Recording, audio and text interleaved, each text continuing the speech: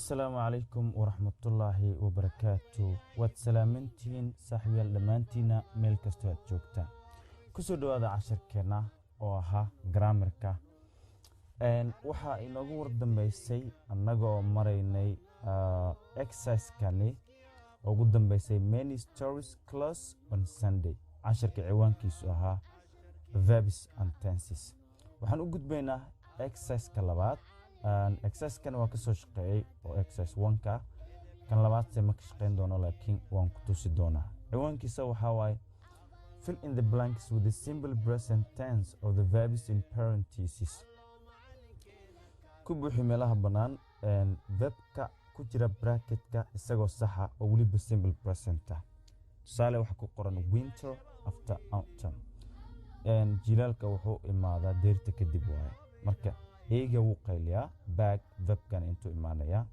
waxa uu muuqata qof daalan localkana imaanaysa everyone qofkaas wuxuu sameeyaa markaasi mistakes qaladaad ayuu sameeyaa make time can Ali ninka la yiraahdo in department store wuxuu ka shaqeeyaa qayb baqaar ah ama store ah ayuu ka shaqeeyaa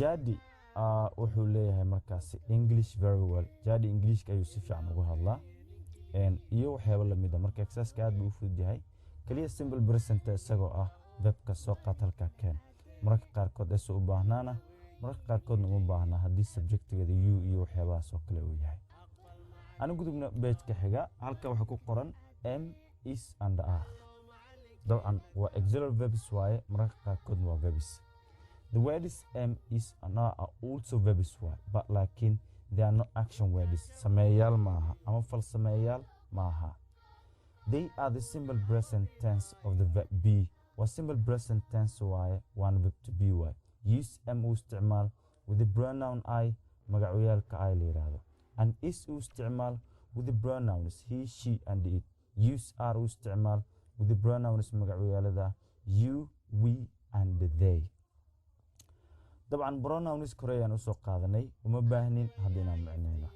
it's a donkey waa dameer it's not a horse faras maaha iyo sidoo kale wuxuu leeyahay markaasi it's very hot today maanta aad bay u kulushahay it's not very hot it's not very comfortable ma raaxo badna ereygan waxaan ugu dhawaaqaynaa comfortable the verb be wuxuu leeyahay isaga waa is am iyo are isku noqonaya sidoo kale wuxuu leeyahay marka example waxa kamid ah I am better ayaan ahay I'm not Paul mihi she's Miss Lee ayadu waa Miss Lee she's a teacher waa macallimad he's my father waa aabahay he's a doctor waa doctor waa isaga he's not a lawyer maaha qareen maaha ama abukaate maaha you are a stranger waxa tahay qof hadda yimid soo galooti ah you're not my friend saaxiibkay mid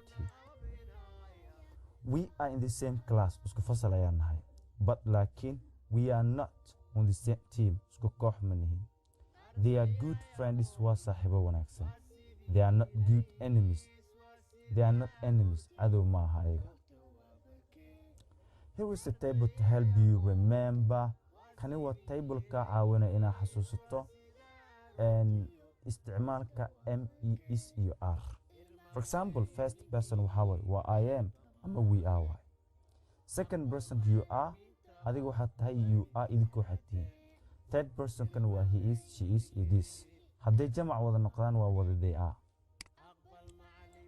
learn these short forms called constructions so gaabintan waxa loo yaqaan constructions waa contractions waa soo gaabin waay I am saas u soo gaabi I am you are he is she is she is it is it's am not aren't only in questions waa markii su'aal tahay kaliya aren't ka dhigay is not maxaa ka dhigay isn't are not aren't they are there we are we're saas ka dhigay waa qaab kasta u soo gaabana in questions markii su'aalaha la marayo use isticmaal aren't as a contraction of am not aren't isticmaal adoo ka soo gaabay am not markii su'aal laga dhigayo for example you can say waxa dhigi kartaa I'm taller than you waan ka dheerahay aren't I yaanan ka dheerayn by in a statement you say like waxa dhigaysaa I'm not as old as you adigoo kale duq u meehi ama waayeel meehi use the verb is u isticmaal is with singular nouns magacyada halka and are u isticmaal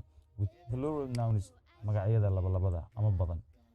The camel is a desert animal. Xayawaankan geela la yiraahdo waa xayawaan ku habboon dhulka saxaraha. Vegetables and fruit are healthy foods.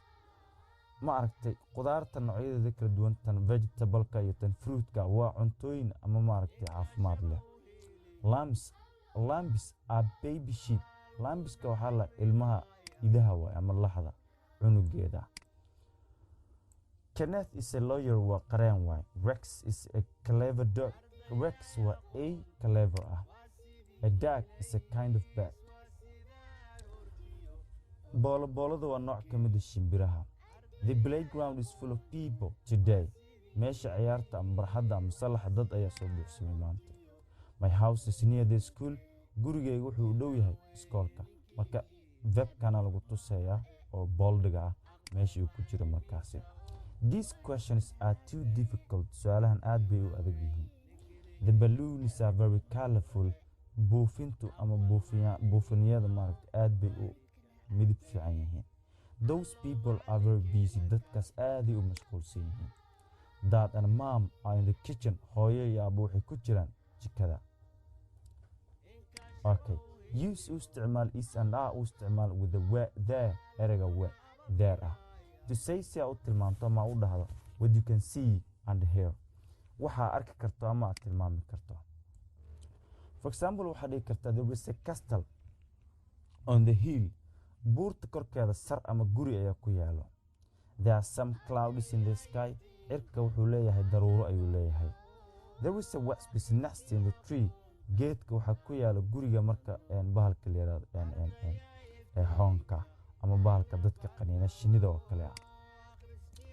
There is a fence around the school. Waxaa ku yaalo derbi ayaa ku yaalo iskuulka hareerihiisa.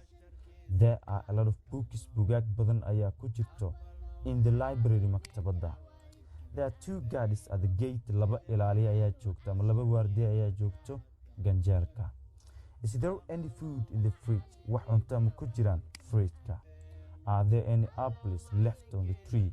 Wax tufaaxyaal ma loogu tagay geedka? How much rice is there? Intee in le'eg oo bariisa ayaa ku jirto halkaasi? There are a few sharks in the bay. Waxaa ku jira maaragtay meesha biyo galeenka dhowr xabo oo libax badeed ama wase maaragtay libax nooca kalluunka oo libaxa loo yaqaan. There are enough candies for everyone. Qof kasta wuxuu haystaa doolasho ku filan ama macmacaan ku filan. Aren't there miyaynan ku filnayn ama miyaynan oolin wax intaa leeg. There are two pigeons in the roof. Laba qoole ayaa saaran roofka ama saqafka. Okay. Learn this contraction. Baro soo gaabintan. There is waxaa loo soo gaabay there is. Qaabkana loo soo gaabaya. Okay. Exercise-kan aan eegno marka. Exercise 1. Fill in the blanks with M, is or are. Ku buuxi meelaha bannaan M, is iyo are. Dabcan waa exercise-ka ugu fududa ee aan aragno. For example, wuxuu leeyahay they my good friends. Dabcan waa they are my good friends. He a soldier. You taller than and Charlie.